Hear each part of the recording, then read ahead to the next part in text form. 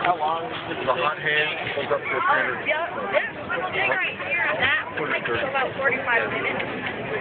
Just rather So faster. the heated surface does not work. It helps it to adhere a little bit better, and you don't want you want it to all cool at once when you're done.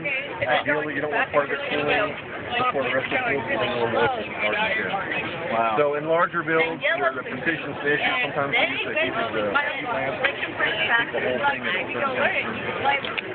So for this guy, I assume it's going to be the same as the green one. Yeah, and there's the old one It gets pretty tall, I guess. Yeah, we can build Would it. it benefit from a heat lamp?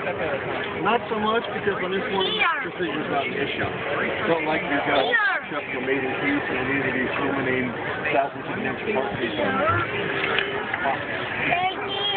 But it